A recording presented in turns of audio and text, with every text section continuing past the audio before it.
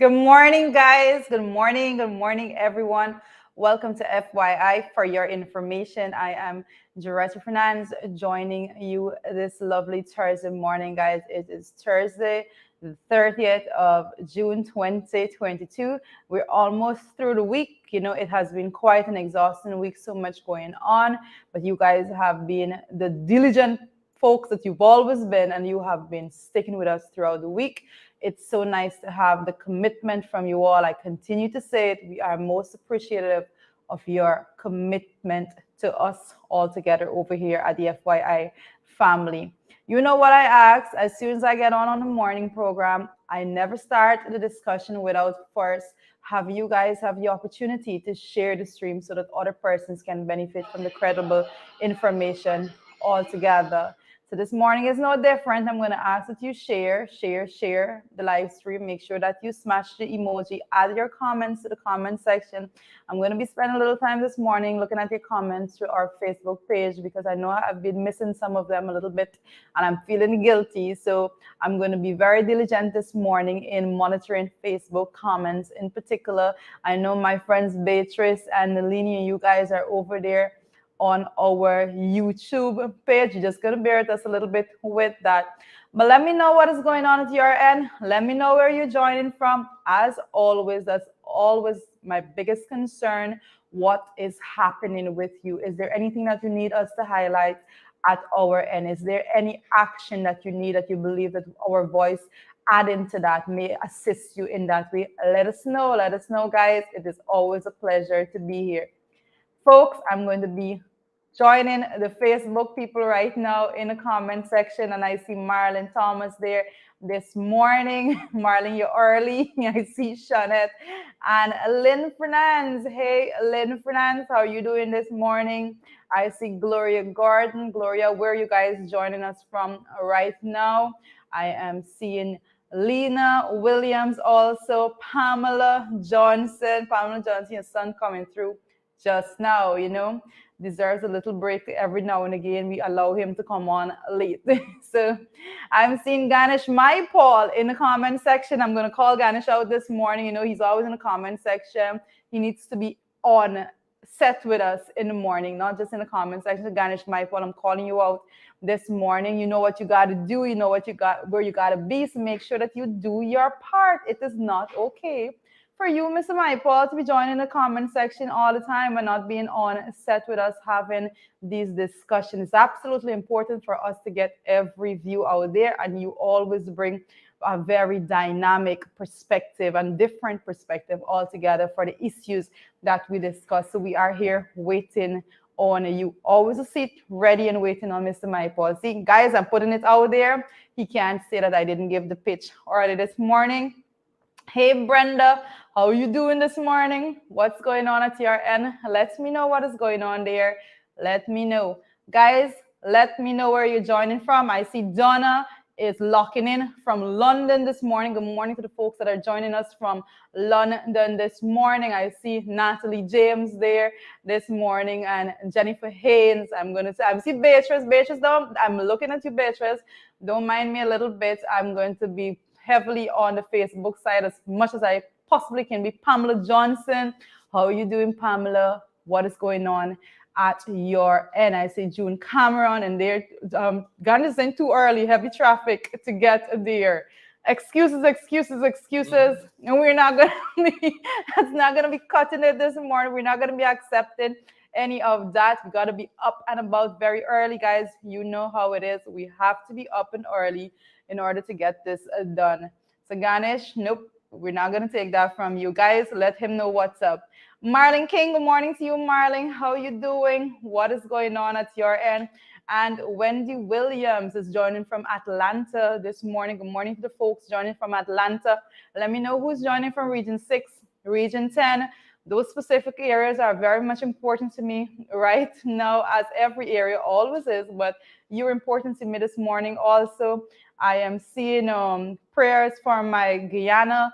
I'm seeing folks saying good morning. Charles Humphrey saying good morning from New York there. Good morning to you, Charles. I hope you are having a good day over there. A better day than a lot of folks are having here in Guyana this morning. I see Glycis Mingoborn, you're on. Glycis, always happy to have you. Always happy to have you. I see Ganesh is trying to defend himself. It's not going to cut it. Not going to cut it, Ganesh. I see Lloyd McAllister there this morning also. Always great to have you. Absolutely necessary for you to be here to be a part of sharing credible information. I cannot emphasize enough how important it is for you to do your part when it comes to sharing. It's not okay for you to just come and be the consumers of the information. We have to work hard. We are up against a series and machinery set up to disseminate disinformation and misinformation. And it's absolutely necessary that you aid in sharing credible information and to add to the fact that people are able to consume valid discussions and information on pertinent matters as we do here every single morning. I see New Jersey in the house this morning also. I'm seeing two people actually, one after the other coming in from New Jersey this morning. So it's always a pleasure to see when persons are sharing in their area. Yes, Glycis, I see you there. And Anthony Edmondson, let me know where you're joining from this morning. I see, is it Miss Class is joining from Region 10. Awesome, Region 10 in the house. Let me know who is here from Region 6. Ganesh has to overnight in GT. Yeah, well, we know Ganesh have difficulty getting through because Ganesh is joining all the way from Region 3. So he has a lot of traveling to do. So on that note, I give Ganesh a free pass this morning on that note because he has to come from very far. I see Paula Stewart there this morning, says New Jersey again. You're present, Edward Brooms. Good morning to you, Edward. Edward, I've been following you for quite some time now on Facebook. Good work in keeping people accountable and basically putting a stop to any misinformation that you see out there. I've been noting it, Edward. Very good work from you. And I'm seeing Marvin Ross there this morning. Also, Marvin, how have you been? Let me know what's going on. You see Ganesh is happy now. I've given him a free pass there. And I see Kurt also there this morning. And is it Janice McPherson? Guys, today's a big day. I don't know how, if you know, I see some of you know, whatever, but Warren Faguer, good morning to you, Warren, joining us there. I'm thinking from Long Island, and you never know with Warren. Warren is always on the road. But good morning to you, Warren, and your wonderful family. I see Anthony Edmondson is there in the house joining us right there from region number 4. You know, region 4 folks repping. And I see region 1 and region 6 has been represented in the house here this morning, which is awesome. You know how I feel about getting information to regions like region 1, region 2, region 7, region 8, region 9. Those regions are of particular interest to me, particularly. And let me just say, it's not a specific bias that just came out of nowhere, but particularly because of the amount of work that was done through the coalition administration while in office to actually get access to information and make it so much easier for the folks in that region. People that did not know before, prior to that, simple things like radio stations and so forth did not exist in those regions. When it comes to access of information, it was not as easy as it became when the coalition got into office. Newspapers were designed specifically for those regions at the level of government and so forth. We had radio stations being set up. We had ICT hubs being set up. A lot of work was put into making sure that folks in those regions are able to get information, because we always believe that an informed people make informed decisions, and we believe that people should be empowered with information so that they will be able to make informed decisions at all times. So that's why I'm always saying it, just in case you're wondering, why I'm having a particular interest there, because I want to make sure that those facilities that have been set up are still active and in use and so forth, because it's not okay for folks there not to be getting information, all the information, not just information from where I am sitting right now, but information from everywhere, so that they can think about it and rationalize for themselves and to see how they will be making their decisions moving forward, informed decisions that will be. So that's my bias there, guys. So just to give you a little bit of history on on those regions when it comes to information, the lack thereof prior to 2050, and the better position they were in there when the coalition left office in 2020. Anybody that knows understands very well what I'm talking about. Guys, I've seen Michael Walcott there this morning speaking about the woman with the $3 million Polari.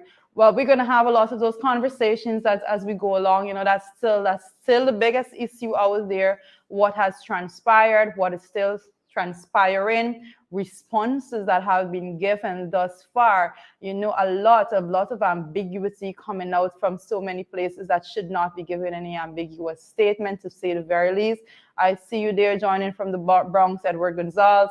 Always a pleasure to have you, Ingrid King. I see you there this morning. Also, guys, share the stream. Make sure that persons are on so that they will benefit from the information. Stop what you're doing, pause, share, hit the share, go to the groups that you're in, make sure that you share to those groups and so forth. Absolutely necessary. We cannot do this by ourselves. It does not make sense for us to have conversations if we're just having it among ourselves.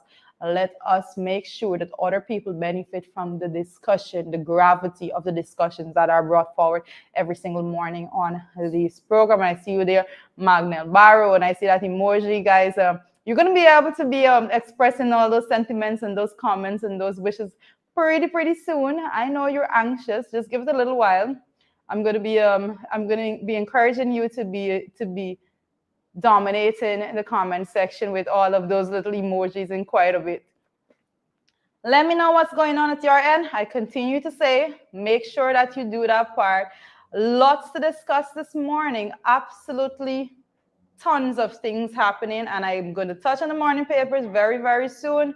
But you know, I continue to tell you guys, I'm going to start it off by saying this. I continue to ask and plead every single day. I don't think that we have been on air one single morning in which I did not say, when you're out there on the roadways, be careful. I continue to say, be careful, guys. It's absolutely necessary that when you go out there, you are careful. You're observing all the traffic guidelines. You're following all the rules. You are extremely careful, because your life could be in danger. You could be putting someone else's life in danger. And in a country with a population of less than 1 million persons, we absolutely cannot afford to be losing lives the way in which we have been seeing on the roadways every single day. It's a sad state of affairs. We continue to caution persons out there, each and every one of you, you know, slow down, observe the regulations, don't do things that you're not supposed to do on the road. Please, I am begging you, let your family know that's the only way to go. Everyone should be in tune with that altogether. And before I get into the discussion, I'm just going to pause for a little bit, because we're going to have our special guest in this morning. We're having a very special guest in this morning about to come on. So you know, we're going to always pitch up our lovely sunrise for you this morning as we adjust our set for our guests to come on. So you're just going to bear with us for a quick second as we do that. In the meantime, you know what you have to do. Don't leave without doing it. Share the live stream whilst we have that pause to have our special guest on this morning. Absolutely special, as you know, guys. Share. You're not doing your part unless you're sharing.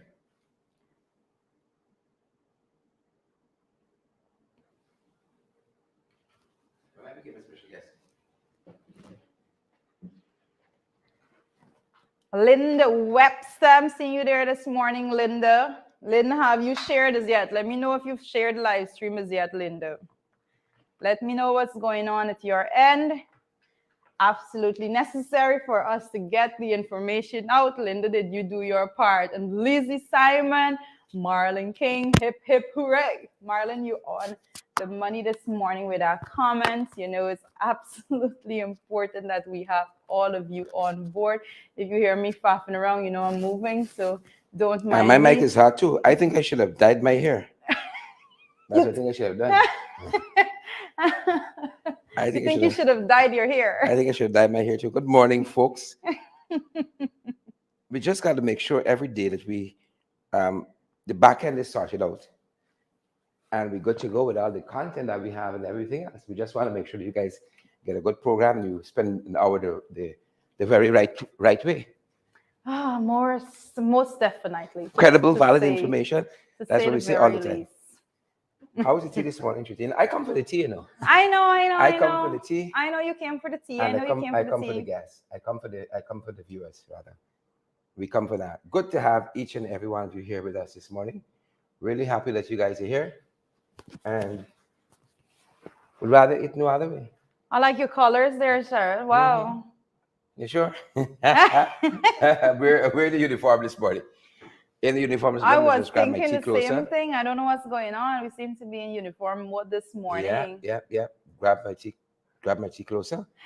Guys, I hope you're doing your part. You're not going to be excused this morning for not sharing. You absolutely have to do your Yeah, part but and here we share are. this Good morning. morning, guys. Good morning. Happy to be To here. the, and I have Happy to, to be here. I would like to introduce to you our special guest this morning. Absolutely I feel special special. guest this morning, none other than the one and only Mr. Sherry I want Duncan. y'all know we big. It's a pleasure to have you with It's us good to be here here. It's good this to be on set. morning, you know. It's good to And be a here. happy birthday. A happy Thank you birthday. so You much. know, today is Sherry's birthday, guys.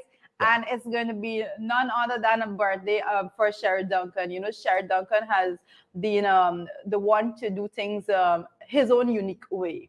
You know, Right person. I think I am. I think I am. Sherry does everything his own unique way, and today is going to be no different. So we're celebrating the birth anniversary of Mr. Duncan, someone that the country, the Caribbean, the diaspora has grown to love so much and appreciated for so? all the work that he's been doing. You know, he doesn't like to be the recipient of all those good words on the spot. You see, he's a little bit of yeah. of a Yeah. What I'm hearing is a lot of sweet talk. That's I hear it. That's what you want to know. What you asking me for? That's what you want to know. What you asking me for? most definitely that Is my it hair always okay? cut it. You know, whenever I my go hair into okay? that whenever I go into that zone, everybody's like, "Oh, what do you want? You know? I What gotta, do you want? yeah, I What do gotta you ask want?" John. John told me as soon as you go into that zone, Oh, John told you. something is up. John likes to sell out. I'm gonna have to So talk to him. as soon as you go into that zone, John says something is up. Something Something is is up. up. Good to be here, though, folks. Good to be here with you guys. Awesome to have you here. How does good to it be here. feel? Like, how does it feel? Like, I always have this. How does it feel? how it feels to be big? Yes, to be a big man now. As a big boy now. Yes, how does it feel? I feel good. I feel good. I'm happy to be alive. I'm happy to be doing the things that I love. And I'm very happy. I'm happy. Could ask for more. Could not You ask know, for more. you could be glutton and scraven Yes. and ask for more. But don't go wrong by Imran house and eat. That's all I tell you. If you're feeling glutton and scraven, don't go wrong. Don't go wrong by Imran house. That's No, all we're I tell gonna you. be discussing that later Don't on. go wrong by Imran. But I feel good. I feel good. But- Kamal said you're looking fit and proper. Kamal Yeah. would know. If Kamal anybody would would know. Fit Kamal and proper. says you look fit and Kamal proper. has a good Kamal eye, so- says it. That's what it is. Kamal, That's what Kamal it would is. know. Guys, what we're asking today, I love all the happy birthdays, but we could have happy birthday and then you don't see us on the air tomorrow because these programs that we do, it costs us something to do them. And if you want to say happy birthday, make a donation to the program. Yeah, that's actually a good Right? idea. It doesn't come to me, it goes to offsetting Yeah. the expenses. And we have been in the red for a little while and we want to come out of the red, guys. So if you have the means and you want to say happy birthday, send us a donation. Yeah. Do that for us. That'd be a good way for me to celebrate my birthday. You have a good feel when you know people. Yes, got you. You know rent, the light bill and due, the phone bill and due, and that kind of stuff. The internet bill and so forth. The internet bill. Yes. You have a different feeling when you know that your expenses are covered, and we've always been totally publicly funded, so we can talk the things.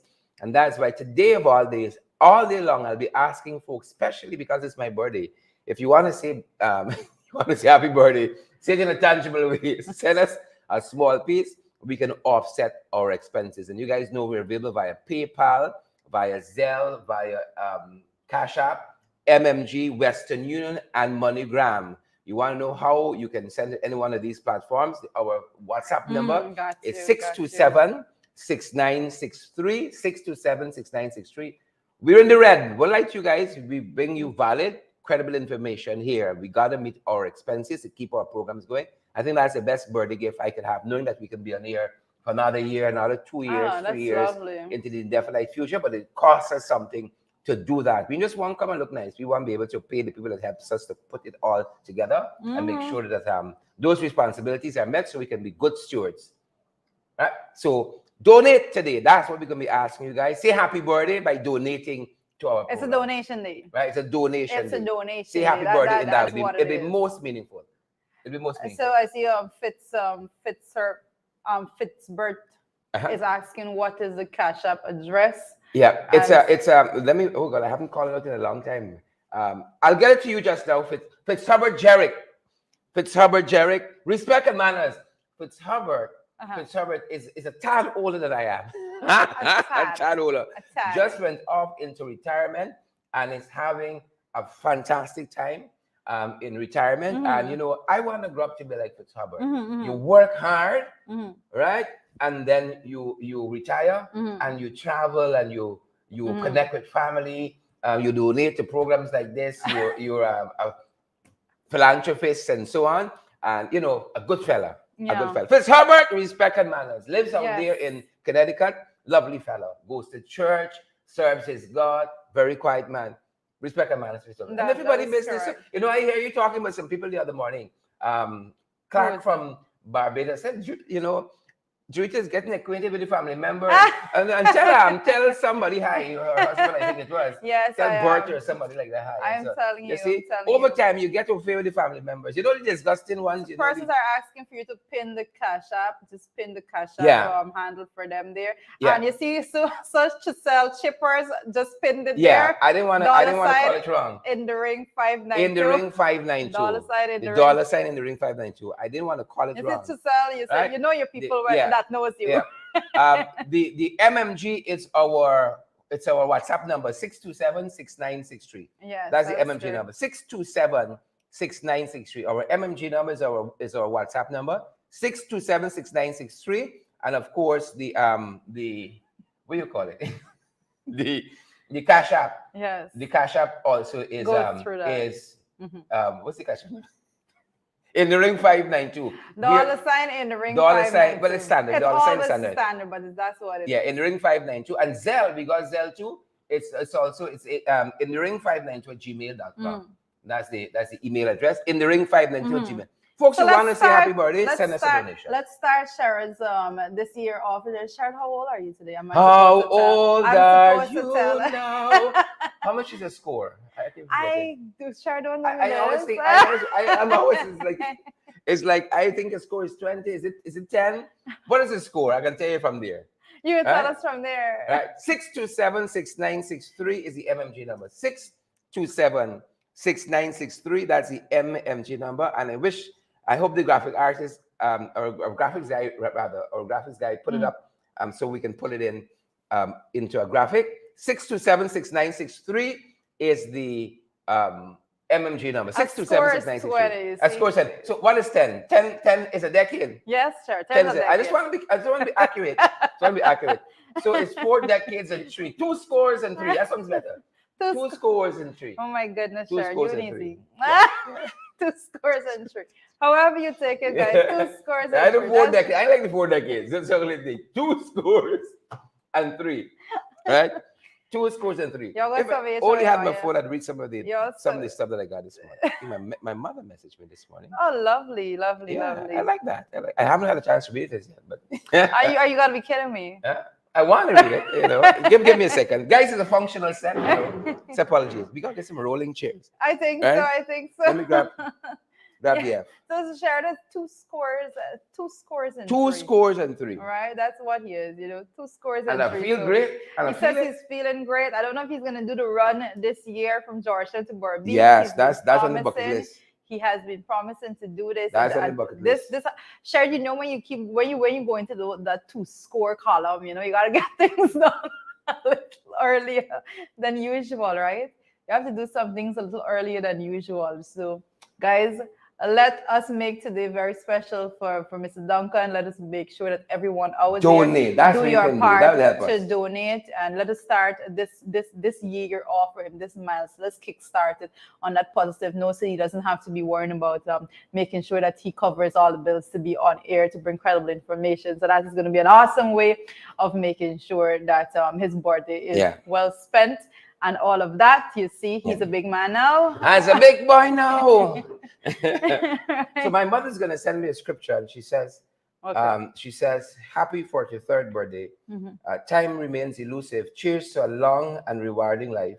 May Almighty God continue to keep you under His covering." And she says, she always wants to send a psalm. She wants to make sure she documented historically. Mhm. Psalms 91 and 23. Mhm. Yep, Wow. that's You what she see? said. The big lady said that. Oh my Yeah, goodness. yeah, yeah, yeah. And I'm constantly thinking about time and how I spend my time, what I give my energy to. And this is part of what I want to give my energy to, and Mm. ensuring that all of our folks out there, Mm. at home and in diaspora, they always have information, because we understand how useful that is. You cannot make. I've learned it very early in life. Mm. You cannot make good decisions with inaccurate or inadequate Mhm. information. Yeah. Right? You Of cannot make course. good decisions like that. Whether you are an individual, you're in your family, Mm. you're a leader, you cannot make good decisions with inadequate information. And that's why we said the other part is what you were telling our viewers this morning. Mhm. Informed Yeah. citizens make informed choices. Correct. And Yeah, that's what we aspire to, for the program to be built on all the time. We aspire for the program to be the platform, the persons everybody could go. That's the go-to program. So you don't have to question whether or not the information coming out yeah, is credible, because it is, because we build a track record of credibility throughout. We make sure that we fact check whatever it is that yeah. we bring forward and so And forth. I love that you said that, Mhm. because people send us a lot of information on a daily Yeah. basis. They send us a lot of information, and then they say, "Well, I see you share what I sent you." And fact checking for us is important too. Yeah. If we hear something's happening in a region, we call one of our MPs, we call a councillor on the ground, or somebody who we know in the area. Have you heard this? Have you seen this? What Mm. do you think about this? This is what we're hearing. This is what we're seeing. This is what's happening where you are. Fact checking, and I heard the Guyana Press Association Mm. say that quite recently. Verification is an important part of news Good. gathering and and, so on, and and journalism dissemination. altogether, yeah. Yep, verification. Gotta verify. People call you all the time and tell you a lot of stuff. Half the stuff we hear, three-quarters of the stuff we hear, we can't even publish. It sounds good, sounds salacious, Hmm. sounds newsworthy, but we haven't had a chance to fact check it. And sometimes it's impossible to fact check, and we don't just want to go on a whim and a fancy. And that is why Mm. I think in almost drawing on 2 years for our broadcast, In the Ring started, and then we started this program and the podcast and so on. You haven't been able to see a lot of times, if Got any, you. the government, put out a statement saying what you said is incorrect. Yeah, because Right? We we talk don't stuff go down about the our road. ministries, the Hmm. corruption, the nepotism, and that kind of stuff. And they've never been able to say you're inaccurate. Because when we Yeah. put out some information, we can stand by it. We Yeah. can stand by that. And that's why when people call us asking and say, oh, social media man, take down this, take down that. No, no, we don't do that, because we Yeah. fact check. And once it's factual and we post it, we stand by that. Yeah, and I'm very, very, and is the quickness in getting the information. And one of the things that I can refer to also was the whole issue with the Soulgate matter. The very fact that you were the very first person to bring that information out, and show the timeline on all the business association of the individual, and that was since back in February. And then it was quite something to see only recently, within the month, persons saw some newspapers and so picking up with the same thing that was said by yourself. Those information was put forward since February. So quite a bit of Yeah. work done Yeah. in the back end and all of that, when it Yeah. comes to making sure that the research has Yeah. been conducted, and all of those things. People send things, like Sherry said, all the time, but you just can't push things forward unless it's in line with the facts. Yeah. Yes, here we Basically, are. there is Yes, here we something to are. substantiate the information that has been brought to you. Yeah, yeah, Always, yeah. But every thanks, time. thanks to all of the well wishes. I want to be a better servant. Mhm. I think, and this is how I think we serve the people. Yeah. Be able to give them factual information on a daily basis. All the platforms that we have, it's FYI in the morning, below the belt, middays, in the ring in the evenings on Mm-hmm. our website, Credible Sources, and we can be doing other stuff too. Not Mm-hmm. only us and me, perhaps at the front of it, but other folks going to be taking the lead. You know, I like to be at the back, really and truly. I don't necessarily like to be up front. I like to be, you know, being creative and thinking and putting stuff, you know, out there and seeing people react it, credible, valid information.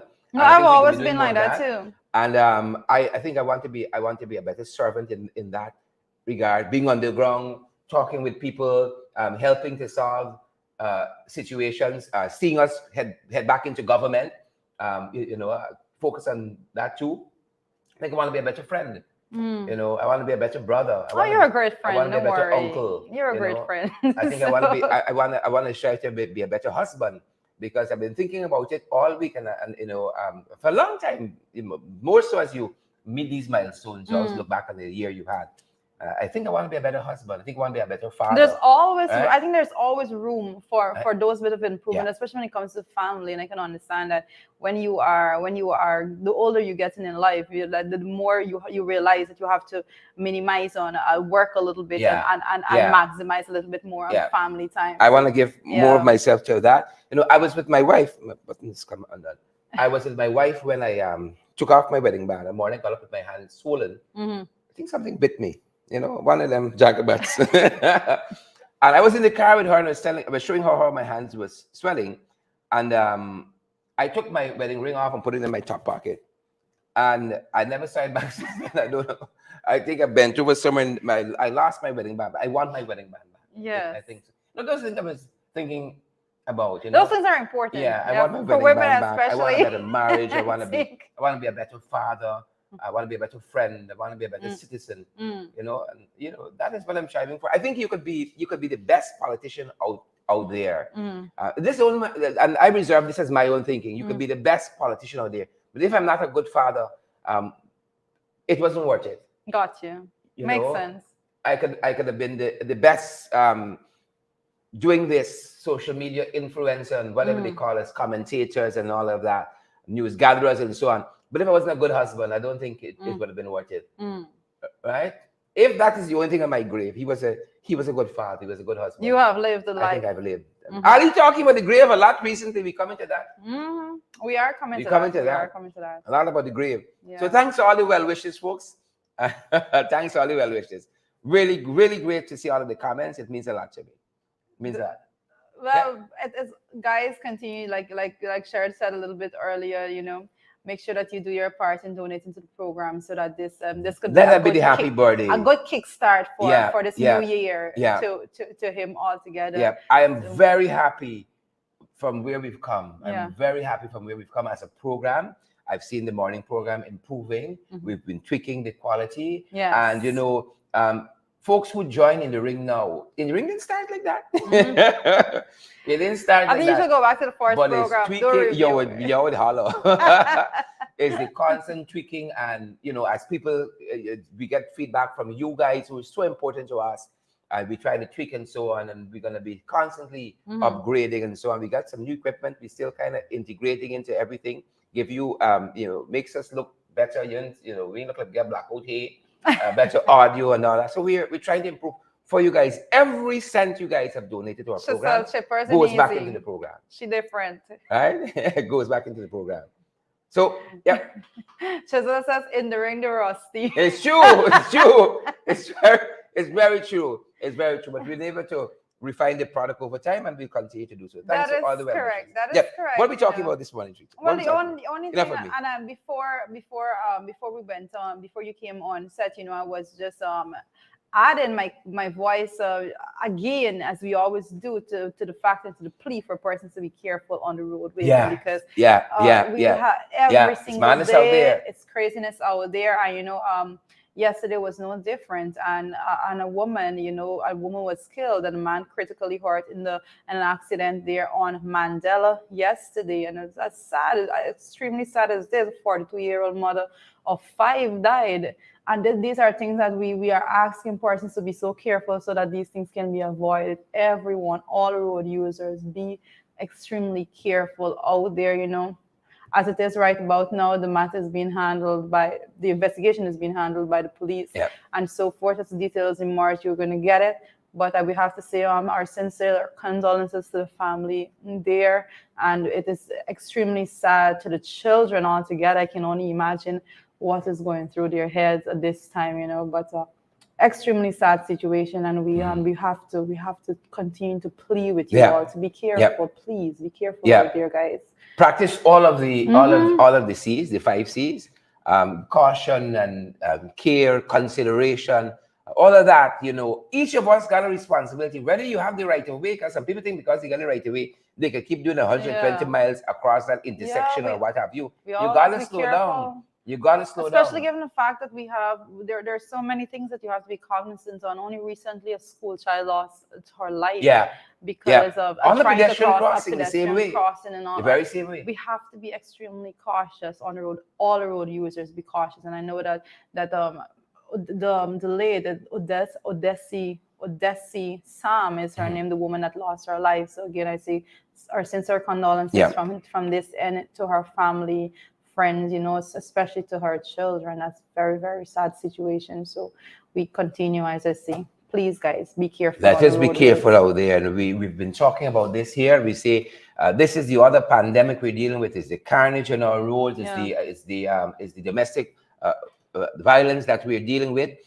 It's also what's happening on our rivers and our waterways. Yeah. It's always a boat But we didn't even capsizing, get to taking on cover, water. There's we all of didn't that. even get to cover that particular one that happened over the weekend. But so much it went on, so much it went Correct. on. We didn't even get a chance to cover that. But we have, just be careful, slowing down. It's not going to hurt you. You're never too much in a hurry to avoid those situations. Make sure that you are careful. Yeah. Gwenard Anderson says this morning a minibus run off the road straight into the canal. Where was that? You see I that? did not even get Let to us capture know that. where that was. So we continue to say condolences to the family of the woman who lost her life just yesterday afternoon on Mandela Avenue here. We gotta, whether you have the right to wear or not, Arrive caution, alive. caution, Arrive alive. That caution. has been our plea all the time. And again, this country and the leadership we have, they gotta take on this issue. Other countries have the same problem, have dealt with it, but you gotta take it on head on, right? And you gotta fund it. An education program. You gotta you educate, you penalize where necessary, and all of that. Enforce, penalize, and so on, right? But we gotta take it on, and we can get better. Yeah. Mexico City was quite like But this. even Colombia was quite but like even this. we have, listen, when it comes to the road, the use of the roadway and all of that, it's never one issue. There's never something in isolation, and we have to look at something in totality. And in one of the things we've been talking about also is the manner in which the road work is being done, and the fact that a lot of prominent exit points and so forth from various communities is being blocked off by road islands and all. It cannot be chaotic like that. Everybody has to take responsibility, do their part in making sure that there is some kind of ease in using the roadway also. So that's a different dimension for us to take the conversation in. But overall, once you're on the roadways, you have to acknowledge that there are rules and laws guiding the process altogether. All road users, you have a responsibility. And like you always say, the helm of those are always pedestrians. So make sure that those are the people that you're always looking for. When you're always looking for pedestrians, you will be obliged to go slowly and cautiously. So correct. It's very sad, very sad. Correct. Yeah. As we pick up on what's brewing this morning, there's lots of talk happening about Imran Gaza Sattar and some comments he posted on TikTok saying how he wants to kill out all black people. When I heard some of his comments, it reminded me of one of the episodes of Game of Thrones, The Red Wedding. Oh. He said he wants to cook food and invite black people and poison out everybody and so on. It reminds me of that episode of Red Wedding, Game of Thrones. And if you guys know that epic trilogy series, there was a wedding happening and the doors were locked, and it didn't end nice for some folks. It didn't end nice at all. Well, what I can say is that when I heard the comments from their Imran Gaza Sattar is what's the son. when I heard it, I remember I was sitting right where you are right now. When we had our very first guest, Mr. and Mrs. Hughes here, and I was making a point that I believe the younger generation is moving away from all of that, and I just said no. Nigel said no. He said no. I have to disagree with you. No, they're not. And when I heard the comments coming out of that young man, I understand exactly what Nigel Hughes was referring to, because he was basically referring to the fact that if this is what they're hearing at home, and so that's how they're going to grow up. And we have an issue as a society. We cannot just put it aside. And I always say I call out racism at every front. I don't care who it comes from. You make a racist statement, you make racist comments. I always call it out. I'm never going to be on a platform with someone making a racist statement and I'm just going to ignore it altogether. Correct. So. We tend to do things a little quieter on the morning show. Yeah. A little less risque and all of those other things. And so we apologize for some of the audio here. Strong language. Yeah. Strong language, and we apologize in advance, but we have to give it to you raw. Trying to edit it wouldn't do any justice to what was said, and it is out there, and so we want to give you a sense of what Mr. Imran. We have to confront Imran Gaza from TikTok. Issues Imran Gaza have real conversations. Take a listen, folks. Fucking police, them all look like a fucking thief. Yeah, black man just like fucking jump houses. Yeah, fucking Matty black man, shoot you like a Matty black man. Your mother's gonna get fucking sense, eh? The fucking man down there and gonna. Oh, mother's gonna the policeman. Yeah, gotta look for. Kill the police out. No fucking cool the people do ya not. Is yeah, old Matty black man shoot a Matty black man. Your mother's gonna get from fucking racist now, eh? Your mother's gonna dotage bad black man. And your mother's gonna get sense. Like I can never fucking go to school. I need to go fucking school. Your mother's gonna dotage bad. I never see fucking black man so yet. Burning fucking road, burning up fucking people vehicle. But hey, black people and pies and your mother's gonna out keep a party. And fucking make sure invite all of your mother's gonna all the black man in this country. Cook and get your mother's gonna fit and show pies in your fucking food and get you dead out of your mother's gonna. After I kinda get no fucking sense, black man. Me said I am known as fucking Gaza on TikTok. I kill all your mother's cunt out if I get the fucking chance to kill black man. I shoot all of your mother's cunt out. Yeah. This kind of hate is real. And we see it operate differently in different parts of the world. America has a hate problem too, right? They have the extreme. This is our extreme here, in a sense. It hasn't gone past this in that sense. But who knows where we're going as a country? The American system, somebody takes a gun, you're going to school and you shoot up people, you go in a mall and you just, that kind of hate. If I had the opportunity, I'd kill out. And the language there, very, very, very, very strong language, as you heard. Where does that come from? It makes you wonder. What does a child grow up hearing in the home? That makes him think that is acceptable language, that's acceptable conduct, those are acceptable ideas. You hear all the stereotypes in there. Black people, they like eat. You gotta feed them and you kill them out, right? I don't like walk. A lot of misconceptions. Well, there. That's why yesterday morning in particular, I called out someone from in the comment section and I made this point that you can't be a grown ass man making comments like that. Yeah. Right? It's not acceptable, and unless we realize and have the real conversation. I listened to that tape quite a few times. Because you're appointed, it's unbelievable that somebody could literally be thinking like that. And I believe that you get to the point that you're saying, like, how do you move forward from this? Like, what is it that needs to be done to move forward from this? And I have to say, at this point in time, people, the administration, they nitpick at things when it comes to looking for things. You in particular you are of particular interest to them. They look for a slip of the tongue. You say the word jagabat, you say something called trench grapple, up the court step and so forth, and with that particular video circulating, I'm yet to hear one bit of condemnation or anybody addressing and say they should not be, and it is not acceptable. But yet the same people that want to appear to be measuring things by a particular yardstick, they throw that yardstick out the door when it comes to addressing these severe issues. You know, when it comes to race in particular, I think we need several platforms. You know, it has to be an issue that we confront head on. We cannot just go around it. Cannot be just be a part of a conversation on a program, because we're doing our part as best as we could. But I think when it comes to race issues, it has to be a conversation that is had at every level. These things need to be addressed at the school level. They have to be a part. When I saw that, the only thing I'm thinking about is that there have to be a curriculum change at the level of the school. We have to have education. There must be a system in place that you have experts in the school, persons that are trained to deal with this, actually teach these things. Has to happen. It has to have. There must be a part. Has to happen. We cannot accept, and this is my thing. We cannot accept the reality today and say, "Oh well, this is what it is." We need to do everything in our power to create a change moving forward.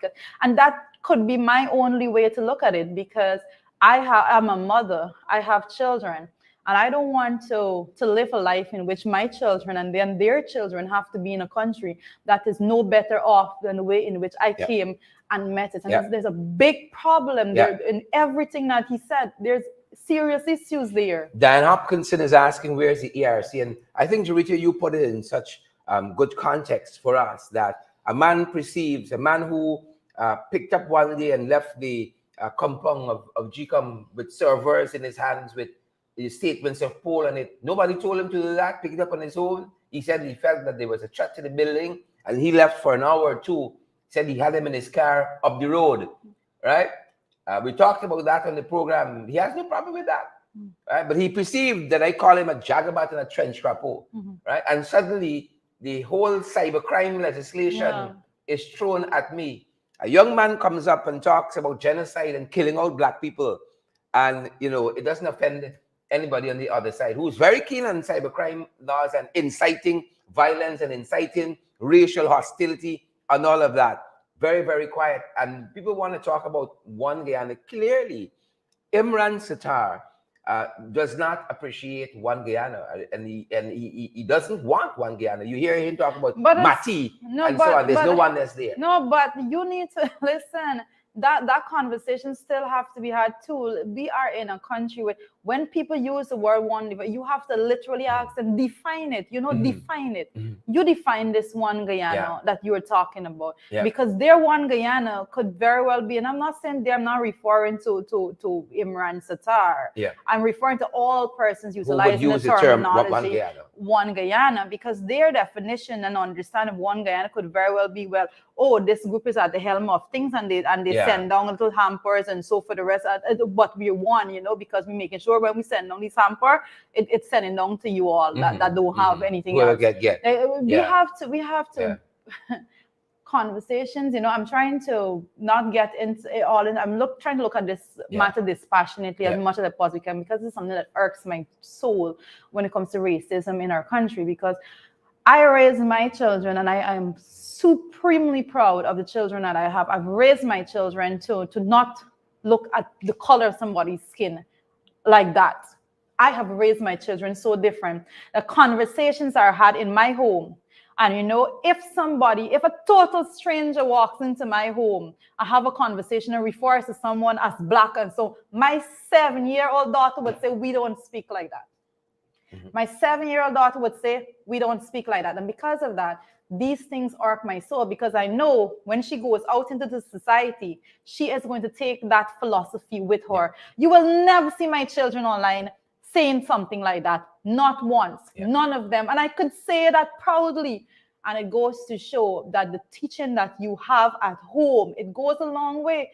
And when you're in your home and you think it is okay to make a racist statement with among your children, in front of your children, if you think it's okay, then you have a lot coming and a lot to learn, because I consistently tell you that if something affects one section of the society, Never believe that you are going to be exempted from the repercussion of those actions that will be there to follow. Never believe that you're going to be exempted from the trouble, the chaos that you're creating when you have a racist conversation in your home with your children. It's not acceptable. It's not acceptable. People are learning either by default or they're learning by the deliberation of the teaching that they're given, and to be spewing that, to feel comfortable, you can come on social media and say, I would kill out anybody, whether it was because it happens on both sides. Let me just say that too. It happens on both sides. And we have to be mature people, and we have to call it out from every side. The stereotypes and the racism. Sometimes people when people are asked to examine their thinking, their perception, about otherness and about the other people and so on, and what they have said, they realize that this is actually racist, what I believe, and how I think. But I had the ERC wrote to me once. I can't remember specifically what it was about. Something I said on social media, but it was quite a strange letter that they had sent to me, because they said to me, and this is the Ethnic Relations Commission. They said they found nothing wrong with what I said. I didn't break any laws and so on, but they were cautioning me, and I was wondering why. But that said, you wonder whether the ERC don't see this kind of stuff that's circulating, right? You could say something as innocent as, Jagabat, and people say inciting racial hostility. You don't say one cook a pot and kill out an entire people, right? And that seems to affect no one. Rightly so. I saw the Minister of Social Services, I think it is, Vindhya Prasad, in Manipur yesterday, talking to the folks there, offering them the services of the ministry in terms of who would have suffered trauma and all of that by that horrific incident that took place there, where people had their goods and so on taken from them and were assaulted and so on. Reprehensible in and of itself. But what happened to the people who are traumatized when they hear stuff like that? If I had the chance, I'd kill all of y'all. Y'all as thieves and vagabonds and hooligans, right? Who offers trauma to the folks who listen to that and have to have their children endure stuff like that? But one of my, we're spending so much time on this particular topic that's absolutely necessary. We need to, because one of the things that I was thinking about is that, man, I always tell people that our country is really small when it comes to our population size, and you cannot imagine, because this is a young man in particular. This is a young man that would have interacted at the level of his school and so forth with people with different ethnicities, particularly those of African ethnicity and so forth. Afro-Guyanese classmates would have been with him and all of that. So it begs the question, and as a parent again, I'm sending my children out to school with all the teaching that I'm trying to give them at home, and so, but this is what they're going to face, and this is the brutal reality that is on the ground, and guess it's not acceptable. Somebody says, it's not acceptable. I don't want to be your friend because you're black or because you're black. What right? What is going on? And that's the challenge. And one wonders, Twitter, if an apology is sufficient, right? One of the things we're going to deal with. Forget about that. Forget about the apology and all of that nonsense. That's not the issue, That is the issue is what was said in the first place, right? It's come in and say you're sorry. It doesn't stop it, because the same thing happened when it was the woman Auntie Sucky or whatever was her name that came and gave an apology. But here he is giving the same thing after. I'm going to share this little bit of story before we moved on, because I was in a taxi, because Bartik is my home, so I'm always traveling back and forth. I was in a taxi coming down from Parika to Georgetown recently, and the young man was there. He is as dark as ever, hair curly on his head and all of that. And he was talking to me about the same thing, racism and all of that. And he said, could you tell me what race I am? And I said, I could make a damn good guess, because he was what we call Douglas. His mother's Indian, his father's black. But he said, I'll tell you. He said, I have heard from my grandmother, and that is his mother's mother. He said, I've heard the worst racist remarks coming from her. He said, I've heard it so many times that I grew up under those circumstances, hearing all of those things, although his father was of Afro descent. We have got to change what we're doing. Now he is there, a little child. He should not have been exposed to any of that, right? He should not have been, but he was, right? And there he is in the world now, but he has the maturity to say, you know what? He acknowledged the difficulties that persons have right now in the country when it comes to rape, because he has lived it. He is the embodiment of the trauma that children face growing up. When it comes to race comments. I raised the issue of the apology because I saw recently, as part of all of that's happening nationally, that 16 persons were charged with what was the offense there for what took place in Monrepo. 16 persons. I don't know the exact charge, but I was wondering if they apologize, if it makes it okay, right? You know, there's a whole act about racial hostility and provoking unrest and all of that. I wonder if they apologize, if people say, oh, yeah, all right, good.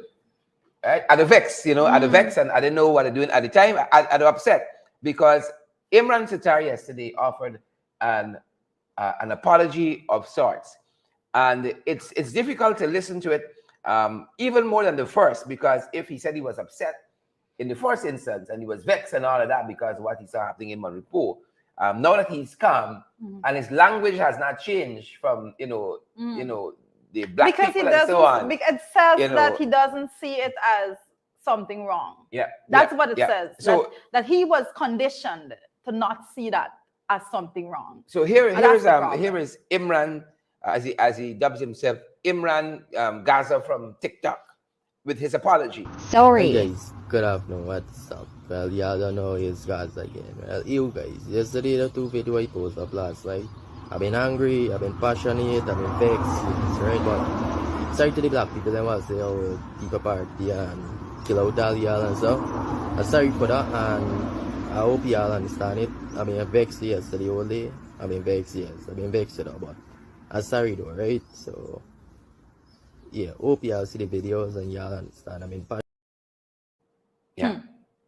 So how many other persons can say, you know, if we were to look at the apology, you know, because I was trying to just don't look at it because it doesn't address the issue at all. You know, the issue is still there. 100 people could come and say, you know, they're sorry at this point. The issue of racism is still there. And as stupid as it is, because tell them black people who are second cook and kill you. Sorry, man. I'm sorry. I'm upset. You know, but it begs the question: who else can go out there and say that they're sorry? You know, kind of persons that I know that there's some bit of news this morning. Also, I think it's 16 persons who are arrested when it comes to riotous actions and looting. Right? So, are they going to be able to say, "Well, you know, I was sorry, you know, I was angry, I was upset"? That's the point I'm making. Right? You know, could you say that? Could that be said? Does it become okay then? Because you say, you know, I'll vex. You know, you know, tell them black people who are threatening to kill. I'll vex, man. I'll vex. I'll admit it. Right? And, well, you know, Imran wasn't the only person who took this social media yesterday. There's another gentleman. I can't, name is right there. But he had some similar sentiments. Imran, you hear the similar racist remarks, you hear the similar stereotypes. And again, reprehensible too. Right? And you wonder when you listen to this. I have a very acute appreciation for cultures. You know, I love differences of culture, but I don't think that alone is sufficient to say this is responsible for it. You know, I love Indian culture. I have nephews who are Singhs by blood. I have nephews who are Pandays by blood. And you have to engage, you know, the 6 people of this country. It will all be blood running around, you know, percolating there. But here's this other fella, and you wonder, how did they grow up? You know, what influenced their worldview? It's a worldview, the expression there, you know. They heard that, and that has become their worldview, right? Whether you like it or not, that's why I said, deliberately or informally, you're indoctrinated. Correct. That is right? correct. You go into a company to work, you're indoctrinated into the company language, you know, the tech speaker, however they talk in that company. You go into church, you live in a home, and you become acclimatized to that. That's why your 7-year-old daughter could say, we don't talk like that in our family. We don't speak like that. I find it strange. Yeah. They're adamant. Right? My 16-year-old will not say it in those polite way. She will not say it like that. Yeah, right. And so that's that. Whether it's done deliberately, right? We don't like Indian people, right? Because some of that happens too. We don't like black people. It happens too. You wonder, how did we, what are the chasms you have in our society in which those things are percolating? Listen to the other fella. Do we have it? Yeah, the fucking mad people that want to run a road. The government should put out on fucking law and stupid people who go protest, shoot all of your mother's cunt and kill you. Are you fucking crab dog? Before I go run and thief people thing, go look fucking walk. Are you junkie looking scunt? One man fucking dead. All of you run go protest at your mother's cunt. Are you fucking stupid? Are you hungry? Why not go look walk? Why not clean fucking drainer? Are you junkie? Are you? Eh? What kind of have to fucking do? The government are return laugh for shoot all of your mother's cunt. Cause too much innocent fucking people life are go behind this thing. You saw innocent people get catch in between. Are you fucking crab dog? Are you? Why not crawl in your fucking hole and stay easy?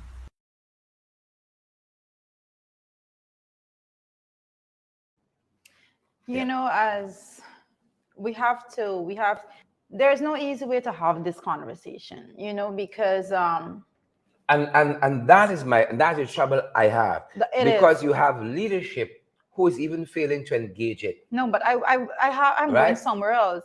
Leadership failing to engage is one thing, but leadership subtly pushing the same narrative is It's even worse. It's another It's issue. even worse. When I listened to that particular piece of footage there that came from the one that you just played, what I remembered instantly when he's talking about food. And this whole thing with people talking about food and this racism that comes through this comment about who is hungry and all of that. What I remember very keenly, and I was absolutely upset. I spoke about it, and I'm going to remind persons about it now. At the level of the National Assembly, no less of a person than a sitting vice president made a comment that alluded to food. All right? Made a comment. Let's come for the food. To food. Let's come for the food. And then critics for the food. always talking about the hungry bellies, right? They're coming for the food, right?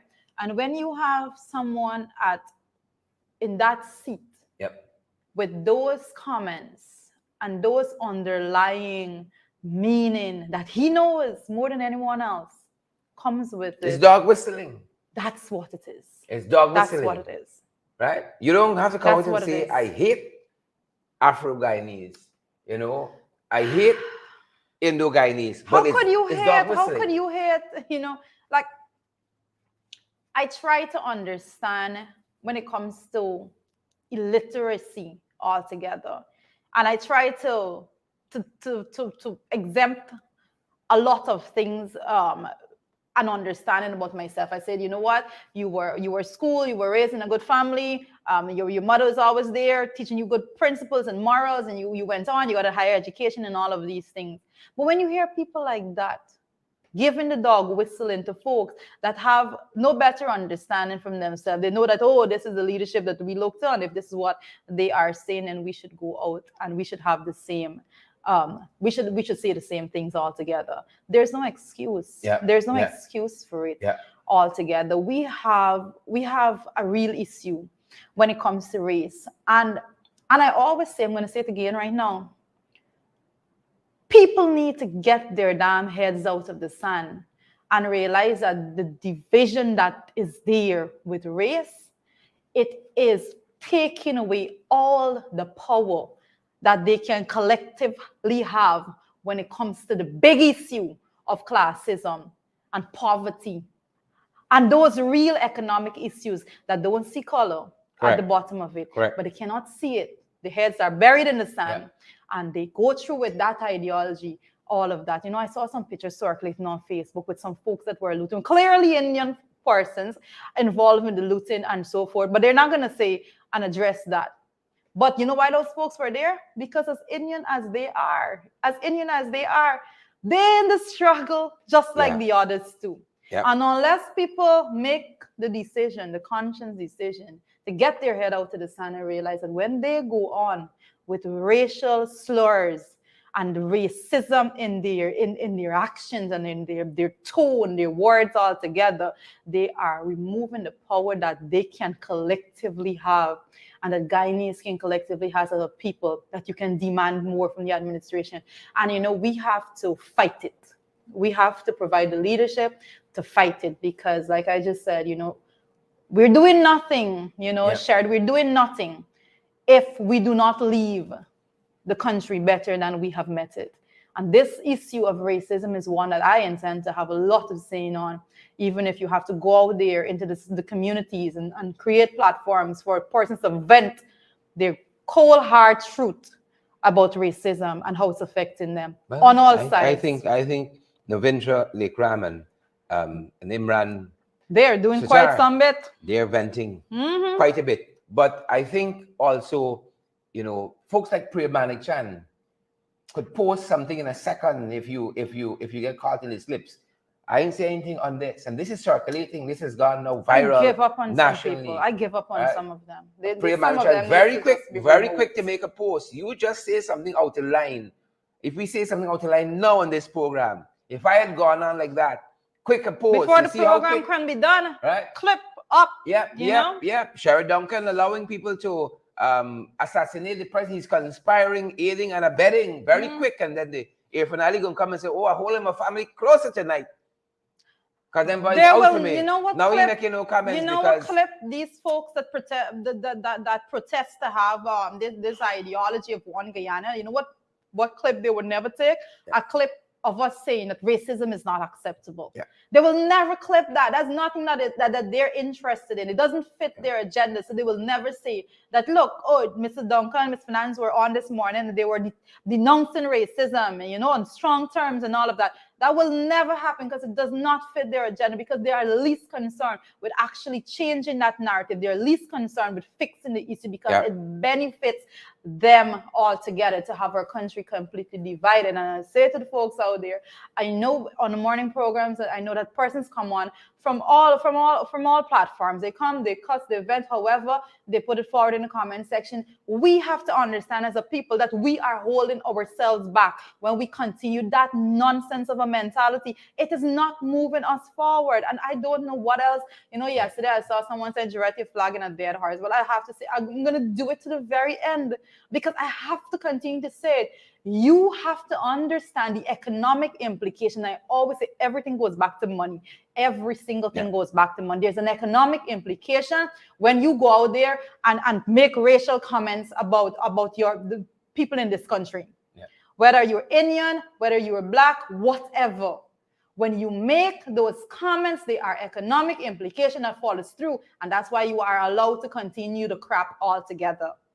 And unless you understand that, you are not going to be able to move forward. And people would love for you to stay in your shadow of ignorance, because you don't understand the power you would have if all of you come together and decide that enough is enough and that there is strength if we unify as against when we are divided. So let's talk about economic implications, because, the government has begun compensating the vendors from Monrepo who would have suffered loss. I'm not too certain how they're computing how much loss they would have suffered, who had what. But, you've been talking about one woman said she had 3 million in egg ball and pylori. She lost 3 million in egg ball and pylori. I think she got $300,000. I know another woman said she suffered some losses, and she got 1.5 million. And, you suffered loss. Maybe it's good the government is doing what they're doing. But in another, I have an issue there. In another segment, another segment of our country, we're hearing another tune. We're hearing, allow the process to work. Now, if your chain gets snatched, well, it's an Indian person who did it, or an Afro-Guyanese, or a Chinese man who snatched a chain, right? The perpetrator is brought to justice. He either provides restitution, he's charged, he pays a fine. You can sue him. Few days behind bars, community service, all sorts of things. You sue him, what do you call it, in tort, and you sue for damages, what you have lost, and so on. But here is a case the government accepted immediately, and you compensate. Here's a case where Quinnen Backett has been shot 6 times, 5 times in his back, 1 time to his chest. And his family, they're being told up the road, allow the process to work. Nobody's going to compensate his family for his loss. Was he the breadwinner in his family? Were they working? Are they mouths to feed in that family? Right? That's a family that is hurting. They suffered loss. Right? I don't know if they did somebody anything that he deserve that kind of end. Right? Nobody's hurrying up there to Golden Grove to meet with the community to compensate them, and so people look at this and we can't escape it and say, oh, some people got a shortcut process and some people got to follow a long process. No. Sue could come in the living room and he handles all the agreements and he has all the support, but another man got to go to the company and ask to see somebody and wait days and stand up, and you still get turned down at the end. But some people get ushered into the living rooms and so on. So what is the process? All right. So let me start from this point. I would not be director of finance if I did not go down this route, and you have to bear with me for this positioning that I take altogether sometimes. But my first issue is, and I cannot help but calling it out. At no point in time there is no system available in government right now. There is no pathway structure for the administration to go up to an area to say, oh, we're going to compensate you for something, and then before the night is out, people receiving an envelope with money in it. So that's my first question. Where did this money come from? Is there money lying around? Because I read reports, and I'm going to be very specific. I've read reports that persons was saying, I believe it was Big Smith, if I'm not mistaken, that persons were reporting that, somebody received $200,000 in an envelope from State House, right? Through which system? Through which process? Which process are we doing this through? Do we have money sitting at State House, or like that, for persons to be able to push money in an envelope? Like No, I'm very serious about this, because people could see it however you can see it however you want to, but I have to be the technical person when it comes to this, right? Somewhere. It has to come from somewhere, and there have to be a line of accountability when it is that you are sharing out, paying out monies all together. There have to be a process, right? What system of evaluation did you use to actually evaluate the losses of persons and so forth? But more importantly, do you have money lying about that is government money? Because if you're saying that you're paying these people from government funds, then why is government funds lying about like that?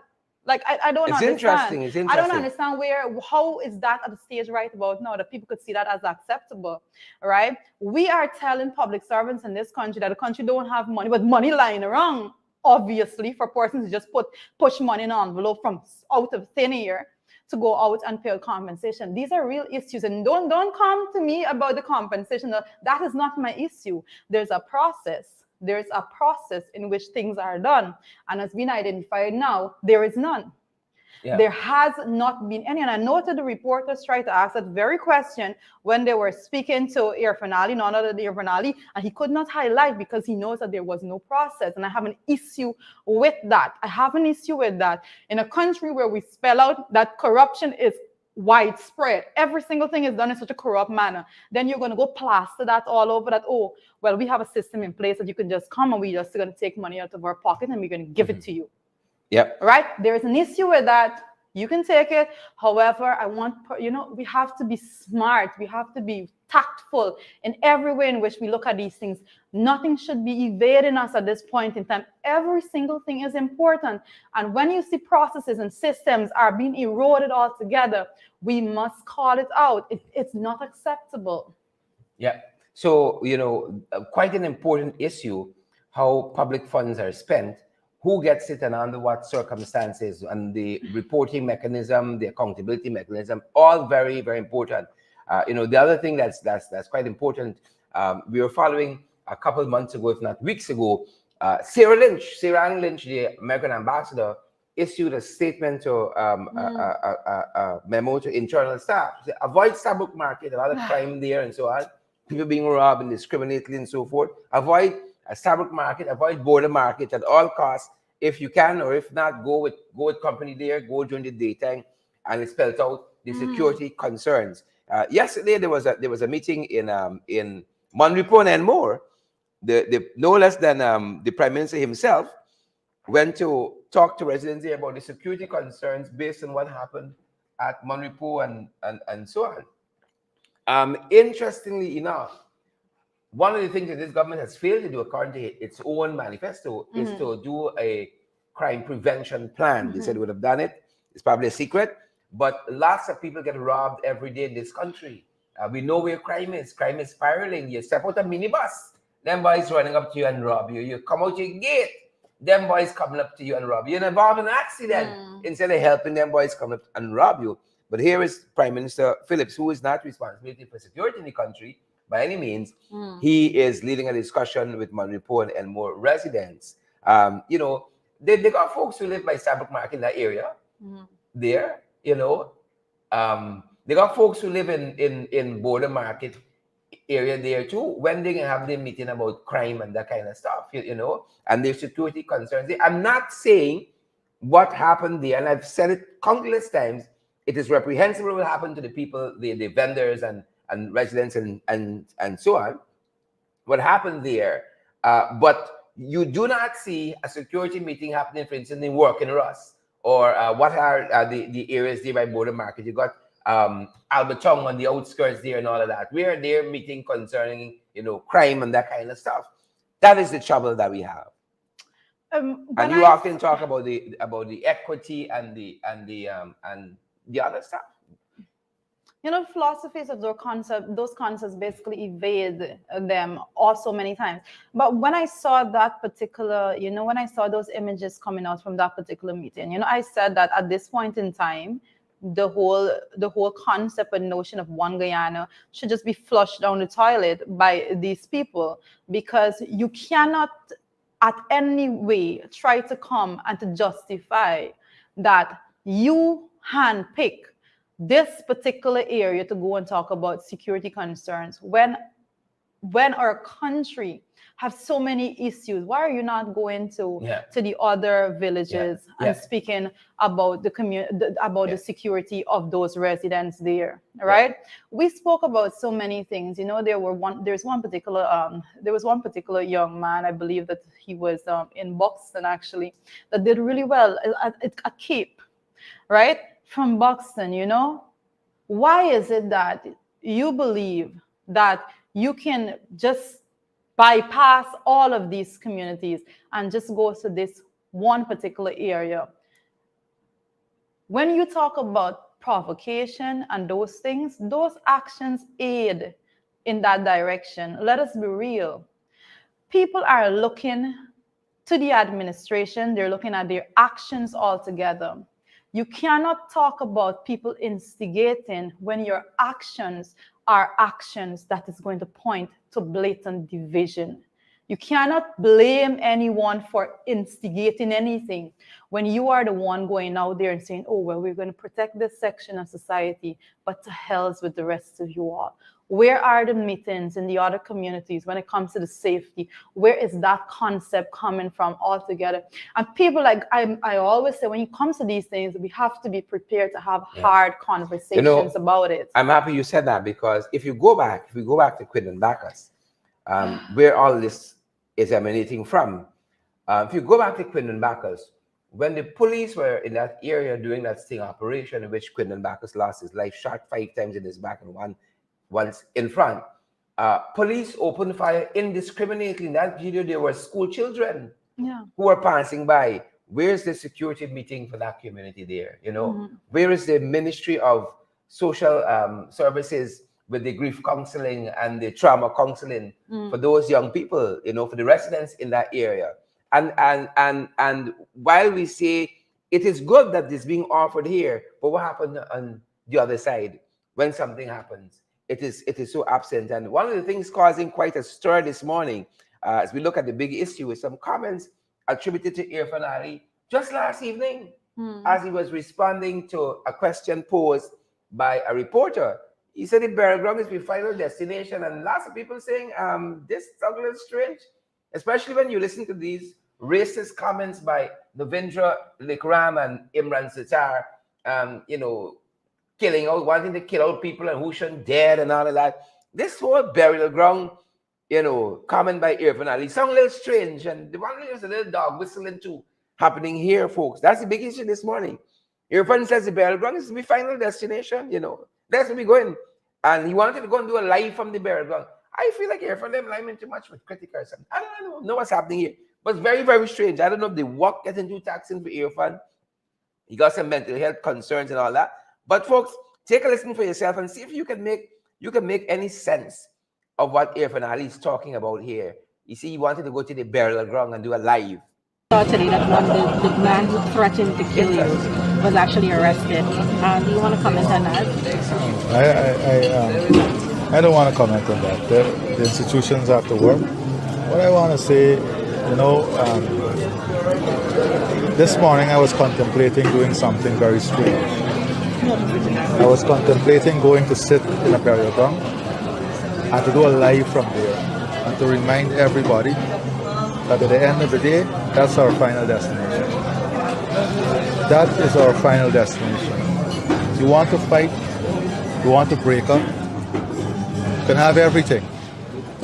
That's our final destination. My job is a very complex job. But at the end of it, it's what I want and what I'm going to sacrifice everything for. I've asked. Yeah, a lot of people don't know what this comment about. We all going to the burial ground, and that's where we're going. That's where we're heading. Yeah. Right? Especially in light of the comments we saw recently by these young men. We want to kill out. You want to go. Why the hell is it want to go to that burial ground Go live. and go live? I don't understand that. I don't understand that. And I'm picking up some comments as we discussed this here. Why if I want to go to the burial ground? Because that's where all we going. Right? And do a live. The strangest thing is you could try to provide a balm for a hurting nation. Right? He said, that's why one carry on in the burial ground. Very strange comments, and the president needs to come out and to clarify that. Yeah, I think he should give clarity on that. Come and clarify that. That is something that I did see a lot of questions on social media being asked about. What is this? How should people be interpreting that altogether? And as the person that is sitting in the seat, whatever way, the person that is sitting in the seat at the helm there as the executive president of a country, you cannot be making statements just as ambiguous as that, because it needs to be clarified. You have to hear that, and you want to know what's no, but I don't. Is that dog whistling? You hear Imran Exactly. Sattar talks about I poison out all of y'all. Then it's followed by Navindra Lekram, and he says, I kill out all of y'all, and y'all don't go dead and all that. And then everyone comes with this comment. Take a listen to that. Saw today that the man who threatened to kill you was actually arrested. Do you want to comment on that? I don't want to comment on that. The institutions have to work. What I want to say, this morning I was contemplating doing something very strange. I was contemplating going to sit in a burial ground and to do a live from there and to remind everybody that at the end of the day, that's our final destination. That is our final destination. You want to fight, you want to break up, you can have everything. That's our final destination. My job is a very complex job. But at the end of it, it's what I want and what I'm going to sacrifice everything for. I've asked. Yeah, I heard that. Navindra Lekram was the one who said it. He said, the government should pass a law. If you want protests, kill out all of y'all. If you want protests. And here's Irfan Ali saying, y'all want broke up, y'all want it all, the burial ground gonna be your final destination. This is the most bizarre thing I've heard in a long time. That's correct. It's the most bizarre thing I've heard in a long time. And Rita, I say again, there is something that is seething in this country, right? And a lot of people stoking it. And I just watching it, and we're bringing some of it to you here. I saw Freddie Kissoon took a break after a long time. Freddie right now, since 2020, don't matter what happened, if it's snow in this country, Freddie talking about rigging and 2020 election, right? If they got healed, if it starts raining fire, Freddie on 2020 rigged election. He took a break today, Freddie Kissoon, right? Don't matter what happened, carnage on the road, he ain't got no time with that. 2020 election, rigging, right? Men killing women, more than COVID killed Guyanese, right? He ain't got no time with that. 2020 rigging. He took a break today, and he spoke a couple of things I want to draw to your attention. I don't usually read Freddie. I stopped reading Freddie many years I ago. still don't. But I saw the headline, the header, Mhm. and I wanted to know what he was talking about. And this is Freddie Kissoon.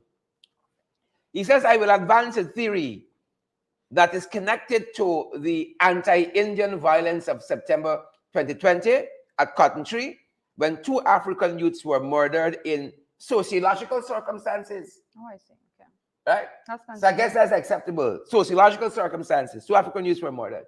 I remember a man of Indian ethnicity, you know, charging to police to chop him. And I think he did fire a couple chops that landed.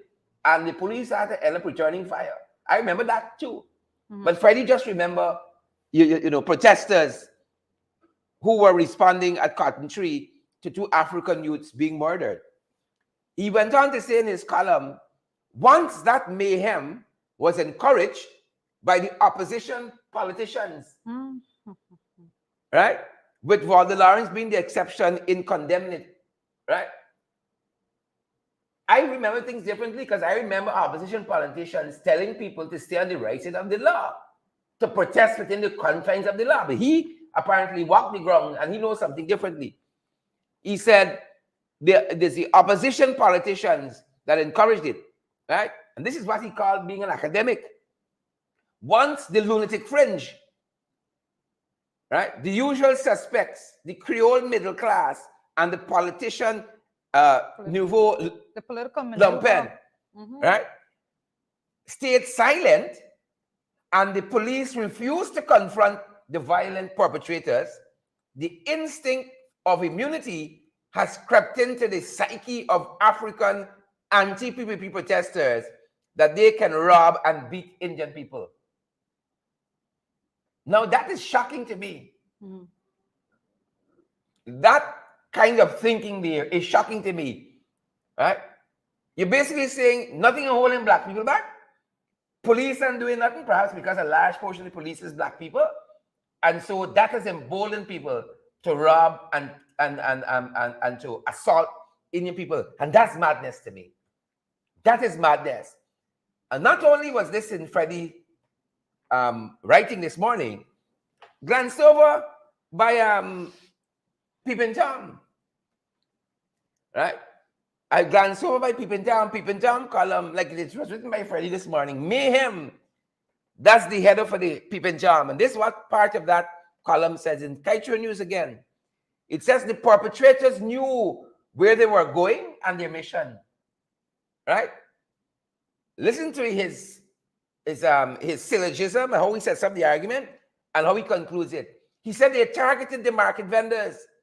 The distance between the epicenter of the protests at Golden Grove and Monrepo Market is 6.5 miles.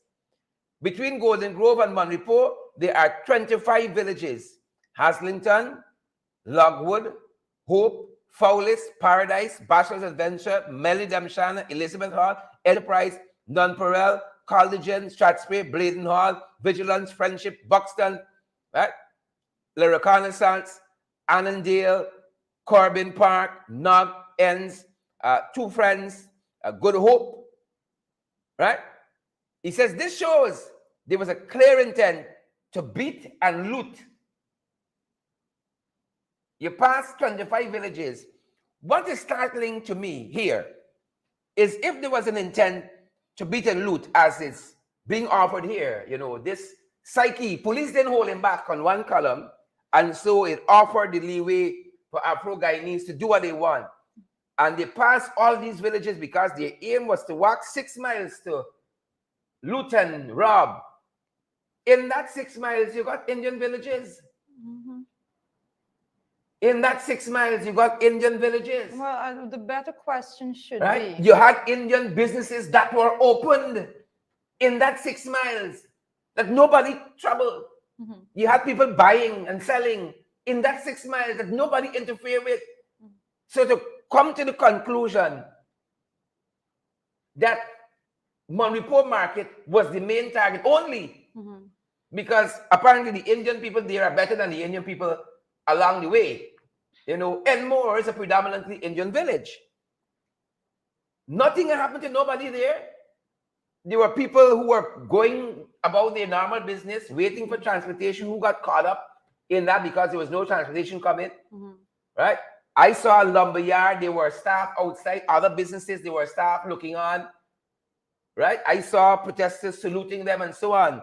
But this writer concludes, the intent from Golden Grove, passing Indian villages along the way, was specifically only for Manripo. I find that thinking bizarre. I have a more specific issue with that, and I want persons to be very careful, because I think we need to you need to disassociate yourself from any thinking if you believe that there is a village on the East Coast that is predominantly Afro-Guyanese living there, all right? Correct. And that has predominantly Afro-Guyanese living there, but they don't have Indian people living there, all right? Disassociate yourself from that craziness. In every single village, predominantly occupied residents by Afro-Guyanese. There are Indian people living, working there for years, all their lives, some of them, right? And those things need to be put very much to the forefront. And guess what? In those villages also, Manripo, disassociate yourself from the idea that they are not Afro-Guyanese living there, right? Remove those thoughts completely from your head. We have to get our head, people, we are at pains in telling people, open your eyes and see what is going on in our country right now. There are people trying to divide you from your neighbor, basically. Oh, your neighbor is no good for you.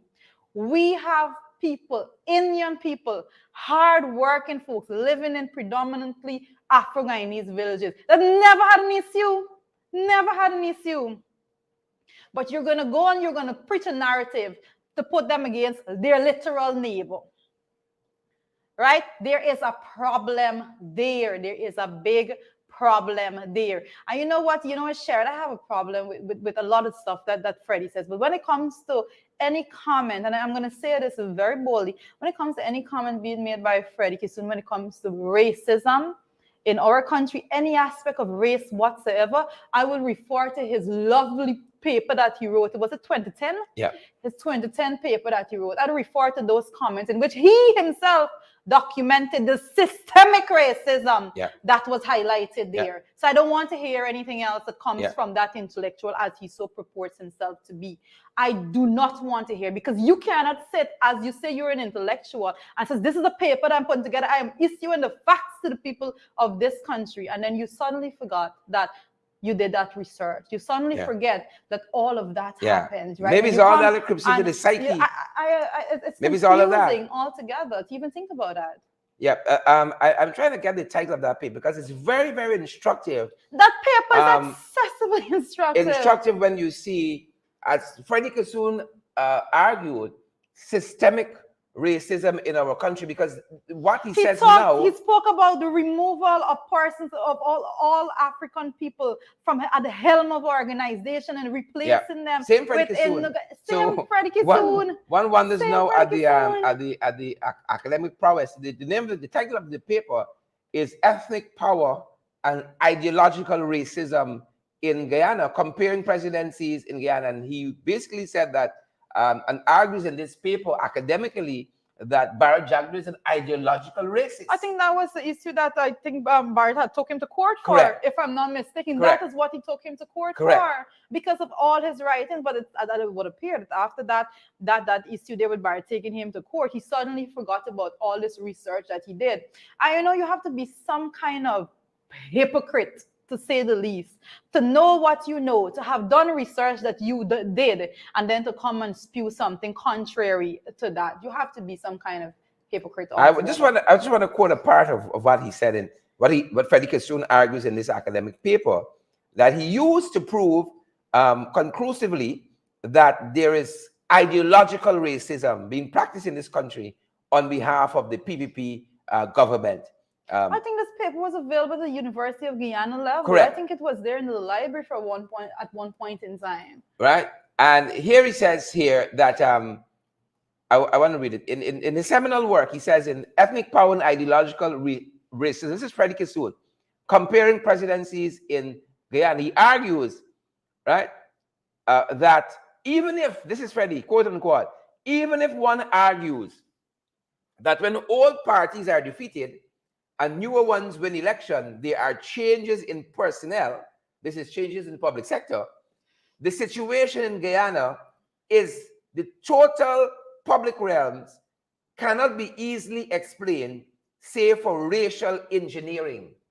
When Freddie Kissoon looked at where we were in 1992 and what obtained around 2010, he says when you look and see how Afro-Guyanese were removed from every aspect of the public sector in terms of the hierarchy and so on, he says nothing explains it save for racial engineering.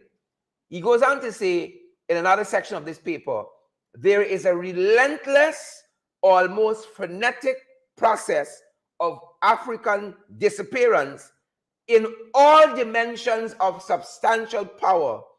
And this decrease is a result of government edicts, policies by the ruling elites, and attitudes of Indian power brokers. That's what he said in this paper here. Right? Quite interesting. And again, you have to juxtapose this, what was said then, this seminal work on ideological racism, and what is being profiting now. Right? My point here is to say the president quite recently dragged up the GAWU, the Ghana Agricultural Workers Union president, on a stage somewhere, and he wanted to have a conversation. He says he likes to have a conversation. This nation needs a national conversation on race. Yeah. And there's no better person to lead that. It has to be led. Leadership must lead than Irfan Ali. But he's missing a moment. I'm not going to wait on him. Quite a few days ago, again, the cut and paste mentality of the PPP, the soundbite mentality. You hear something, they don't verify. A man says something, they don't consider state of mind. Oh, Duncan encouraged him. Yeah. But now that they know that the man is mentally ill, they don't want to comment on right? it anymore. I want to comment. He put a whole page out. Oh, I'm willing to die for the country. Tonight I hold him a wife and son closer because everybody's out to get me. That's nice for the politics and the optics. But you see the truth, right? Notice he didn't say, well, I found that man, I found out that that gentleman is not mentally sound, so I can't take him seriously, or what have you, right? If he had found that that gentleman was sound, he says, Mr. Duncan, and you would hear him, right? But suddenly, I don't have any comments to make. Let the institutions work. But the institutions don't work for the vendors who were harmed, unlawfully so, at Monrepo. The institutions must work for some other folks. That's not one Guyana. Yeah. We have to embrace it, right? South Africa did it. He talked about what happened in Rwanda. You got to embrace truth to get to reconciliation. Yeah. And somebody got to lead it. And if the president can't lead it, because he can't come with clean hands, then who else can do it for us? Maybe we need outside help. Maybe we need outside help. It's as sad as it gets. I think that at this point in time, if there's ever a time that persons could decide that this is it, this is the moment that I have to step up and make a difference, is now. Yeah. Now is the time. And listen to it. It's bubbling. Listen to what the columnists are writing. Listen to what people are saying on social media. The Imran Sutars of this world, the Navindra Lekrams of this world. It happens all around. On all sides it happens. Something is bubbling and we have to address it now. Yeah. Right? I'm not too concerned what happened in the 60s and the 50s. I am concerned with what happened now. I have to give an account for my children, the age in which I lived as an adult and took responsibility for my own actions. Yeah. Don't tell me about the 60s. We got to deal with things now. You can't even deal with things now. It's the 60s. You want to go back and try to solve things. We got to solve them now. Well, you know, when you are actively involved in any aspect of leadership, you would realize that whatever happened back in the 60s, when we were not there. You know, whatever happened back in the 60s, the knowledge that whatever knowledge we have of it today is what the influencers of then would have documented for us to read about today. Yeah. Right. And when you have that bit of understanding, you would realize how important it is for you to stand up to make sure that whatever is documented as of right now is something that you have contributed to, a change that you have contributed to. And with that, I say, like I've just said, you know, if there's ever a time that Guyana needs to be, Guyanese rather, needs to take their heads out of the sand when it comes to the implications of racism in our country, especially the implication that it has on poor people, the working class of the country altogether. It is now. We cannot wait until it is too late, and too late is right there. You know, we consistently say there's something seething beneath the surface, and it is our time to stand up and create this change that we want. Don't keep the candle low. Don't tell me what Barnum do. Don't tell me what Chelly do. I'm interested what Aubrey Norton do. I'm interested what I do, Irfan Ali do, Jack Dio, and I am interested in what they are doing. We have a chance, living and breathing, to make a difference. Chelly can make a difference now. Barnum can make a difference. Walter Rodney can make a difference now. Right? We are the ones living and breathing. And we gotta hold the bull by the horns, right? And address the matter. You want to have a conversation when there are no political points to be scored. I ain't got no comments on the let institutions work. Leadership got to lead. Nothing else to say. I have nothing else to add to that.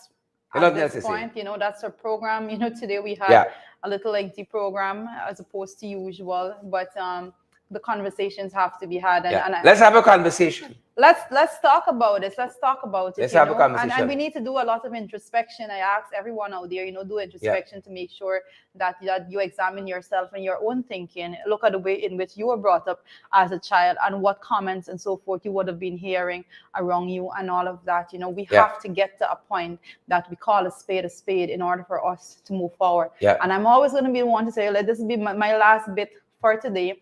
I'm going to repeat what I said a little earlier, that there's an economic implication when it comes to the racial divide in our country. And we need, as Guyanese, to pull our heads out of the sand when it comes to that, because unless we remove that racial barrier, the economic implication will make sure that the division with the classes is so severe that poor people in this country will be always begging for the next bread to put on the table for themselves and their families. We need to remove that barrier, that veil of racism in our country, unify our voices, least we are the beneficiary of absolutely nothing to come. Correct. And you know, before we leave, we have a very sad moment. One of our fans transitioned life recently. I don't like to use the word fans. One of our viewers, one of our supporters of our programs transitioned life quite recently, and we want to say thoughts and prayers go out to Gavin Beresford. Yes. We're supposed to do this since last evening. We lost him over the weekend. I was made to understand he had I think a heart attack, and he was moving from one state to the next. They were telling us, and he didn't get all of his insurance transferred and a whole host of things of that nature. He had a heart attack and didn't make it out, and so he transitioned life quite recently. He was an ardent viewer and supporter of the work we do here, Gavin Beresford, and we want to say, you know, rest in peace, Gavin. Walk good, and thoughts and prayers go to his family and the entire community. You know, you meet people in these chats and they become family. They do become family. They do become family. So again, respect and manners to his family, and our thoughts and prayers go out to them. Right, folks, I know I don't want to interrupt if you want to make an introduction. No, I was just going to repeat the same thing, you know, because so many times that we come on and some of the folk, the majority of the folks here, I've never met these people in my life. Yeah. But consistently coming on board, sharing your thoughts, and the interaction back and forth, we become so close. So very sad news, and we give our condolences to his family. Definitely. Guys, you know, lots of you have been wishing me happy birthday, and I'm so heartened by all of your kind words of encouragement and well wishes. And I say again, if you want to say happy birthday, do it with a donation to a program. We need it, folks. we need to move past our responsibilities we've had for May and June. We're heading into July, August, and we have responsibility to keep all of the lights on and to keep the cameras rolling and to keep the internet going and the doors open. And we need your help. So if you're going to do anything for me today, I would say make a donation. We're going to leave that up to you, how much you want to give, but find a way to make a donation to our programs. We are available via Cash App. It's in the ring 592, the dollar sign in the ring 592, that's standard. We're available via PayPal and Zelle. It's the one email address. It's in the ring 592 at gmail.com. In the ring 592 at gmail.com. We're available via MMG. You can walk around the street and send us some money via MMG. That's the local cash app, the GTD system, MMG. Our number is 627-6963. We're going to pin it on our pages, 627-6963. That is our number for MMG. And you can WhatsApp us on that number too for any guidance that you need, 627-6963. We're available via MoneyGram and Western Union as well. We need your support. So if you want to say happy birthday in a meaningful way, we're not going to tell you how much you want to give, but we need your help. We need your help. Thanks for all of your well wishes, nonetheless. Thank you so much, guys. And I just want to continue to remind you to support, like Mr. Duncan says. And you know where to find him. 12 noon and then again at 8 p.m. in this evening. So have a good day, guys. Either boat. Stay safe.